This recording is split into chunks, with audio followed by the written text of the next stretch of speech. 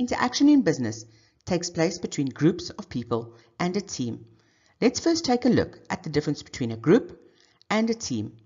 A team is groups of people working together toward a common goal.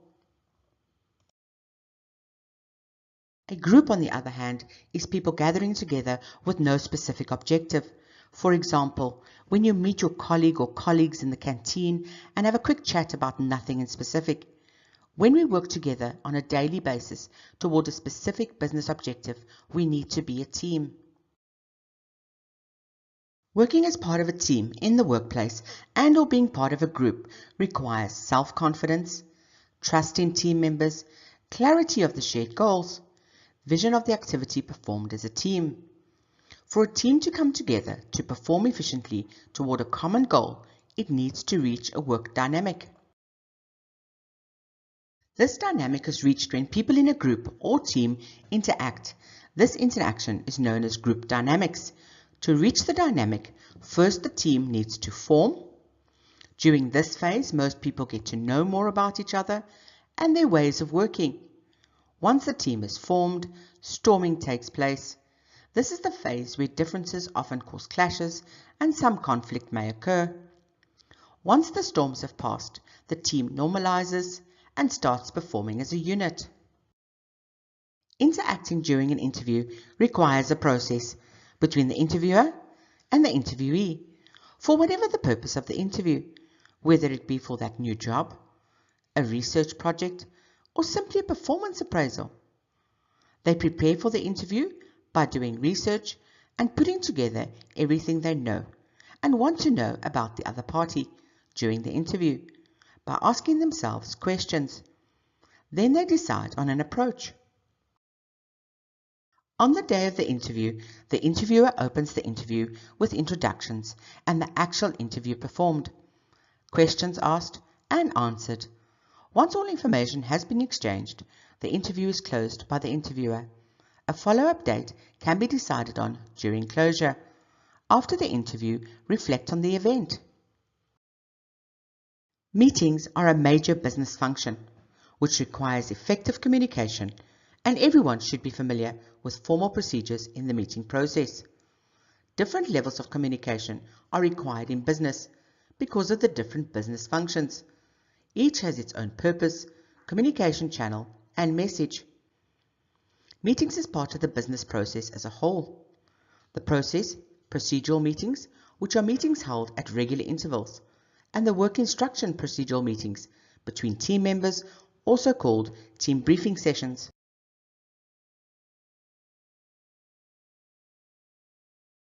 The process of arranging a meeting involves a number of documents to be generated and distributed to the parties involved.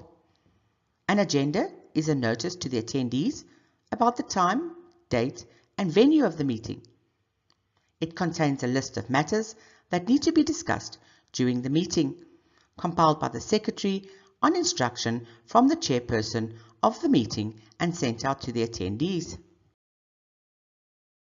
Minutes are records of discussions, decisions made, and actions that need to be performed and by whom. The minutes is recorded, then compiled by the secretary and authorized by the chairperson. Minutes should be taken accurately, with special attention given to resolutions made and amendment verbatims. Members that propose an action and or decision are known as proposers. The first member to agree with the proposer is known as the seconder. In the minutes, the members that propose and or second a decision, action, etc. must be recorded alongside the decision and or amendment recorded. Meetings need a chairperson and a secretary, of which the duties include: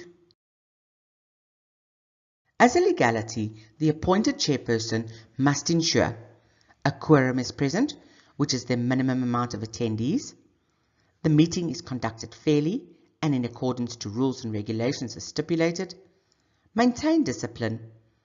Put motions and amendments to vote and pronounce results. Adjourn the meeting and or close at any time. Keeping the duties in check will provide participation between members and fair contributions towards achieving objectives. The appointed secretary is legally obliged to ensure the following duties are performed: that the meeting is convened and necessary documents are prepared, an agenda, minutes from the previous meetings, attendance register and members lists, etc. Take notes of the meeting and hand over the correspondence.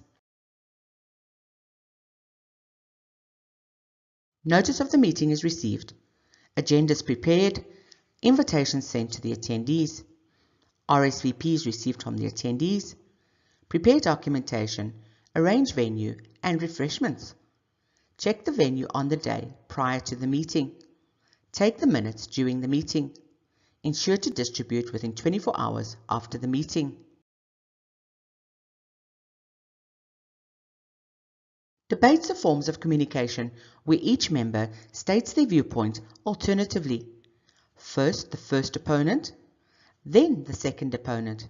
They each defend their viewpoint, then promote it respectfully.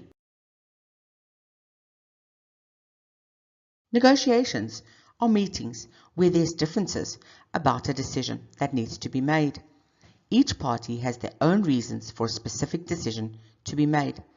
A negotiation begins when these differences are clearly stated and a decision made on the best solution. A typical example is the negotiations between union members and employers during annual increase negotiations. During the interactions of both debates and negotiations, speakers must speak alternatively to be fair and provide balance. Members from the minority vote should be given sufficient opportunity. Debates may be interrupted at any time during unruly behavior. All members must formally address the chairperson. Every member must be given at least one chance to speak. Chairperson can reply to the entire debate by summarizing and/or clarifying an issue. Members should listen to the other members, not interrupt. Never get personal or insulting. Resolutions are not always concluded. All parties should agree to disagree. Diversity has many forms and shapes. Socio-cultural contexts include cultural, social, and personal identity. Always be aware of the socio-cultural context. Be sensitive to a person's background and the way in which people express themselves.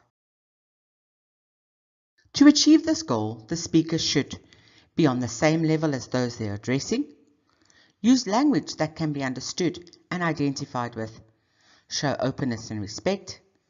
To interact, prior to addressing the person, find out more about their background, show openness and respect towards norms, values and behavior patterns. Don't focus on differences, rather on commonalities. And that's a wrap for Cluster 1, Topic 2. Let's take a look at the main ideas. Teams need to form, storm, norm, and perform before they reach a dynamic. It is important to thoroughly prepare for an interview. Agenda and minutes of meeting are necessary documents to be organized for a meeting. Debates and negotiations should be controlled to ensure communicating effectively in business. It is important to be aware and sensitive toward people from different cultures. Topic 3 is up next.